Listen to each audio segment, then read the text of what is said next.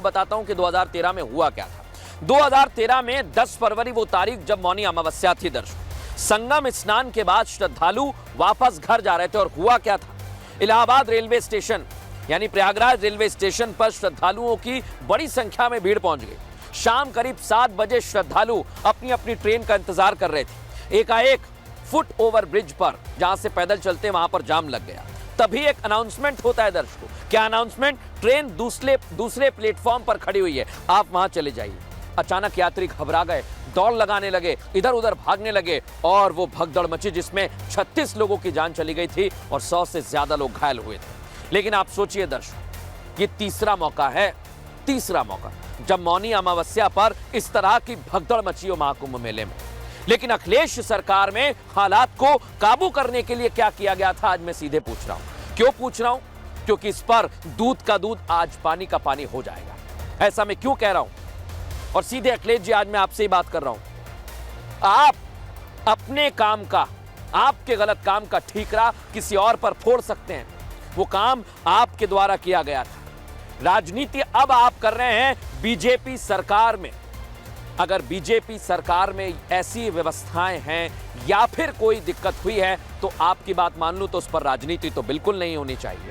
लेकिन आज मैं कहने वाला हूं कि सच्ची एक्स्ट्रा रिपोर्ट आपको भी देखनी चाहिए। इसलिए डीआईजी क्या कुछ कह रहे हैं सुनवाता हूं आपको।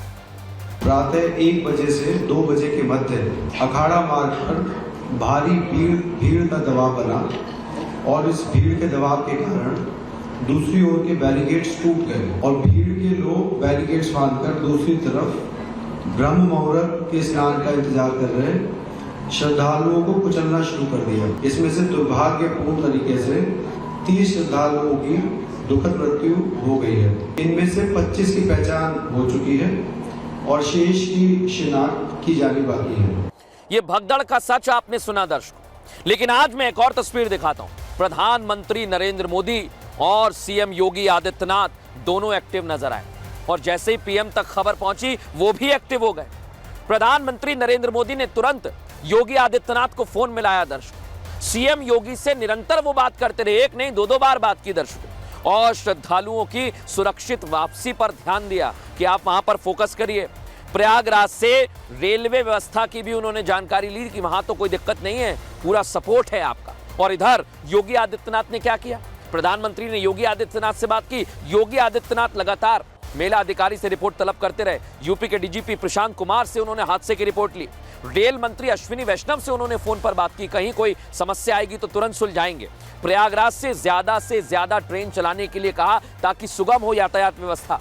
और सुबह 10 बजे से अमृत स्नान शुरू हो गया था, जो अब तक चल रहा है दर्शकों, अब तक चल रहा है। लेकिन आज प्रधानमंत्री नरेंद्र मोदी ने दिल्ली से क्या कुछ कहा, सुनवाता हूं आपको। मैं महाकुंभ में जो दुखद हादसा हुआ है, उस हादसे में हमें कुछ पुण्यात्माओं को खोना पड़ा है। मैं प्रभावित परिवारों के प्रति संवेदना व्यक्त करता हूं। मैं यूपी सरकार के साथ निरंतर संपर्क में हूं। अब दर्शकों, योगी सरकार कुंभ मेला क्षेत्र में कैसे काम कर रही है, मैंने 2 घटनाओं से समझा, इसलिए मैं आपको भी बता रहा हूं। थोड़े दिन पहले एक घटना आपको याद है ना, हमने दिखाया था एक्सरे में आग लग गई थी मेला क्षेत्र में, और उस समय मेला क्षेत्र के अधिकारियों ने, प्रशासन ने मात्र 22 मिनट में आग पर काबू पा लिया था और फिर व्यवस्था सुचारू रूप से चलने लगी थी। लेकिन क्या हुआ दर्शकों, आज जब घटना घटी तो 90 मिनट के अंदर प्रशासन एक्टिव हुआ, घायलों को तुरंत अस्पताल पहुंचाया गया, मोर्चा संभाला गया, ऊपर से लेकर नीचे तक के अधिकारी सारे एक्टिव हो गए थे दर्शकों। लेकिन अब मैं आपको योगी के मैनेजमेंट के 90 मिनट में क्या हुआ बताने वाला हूं।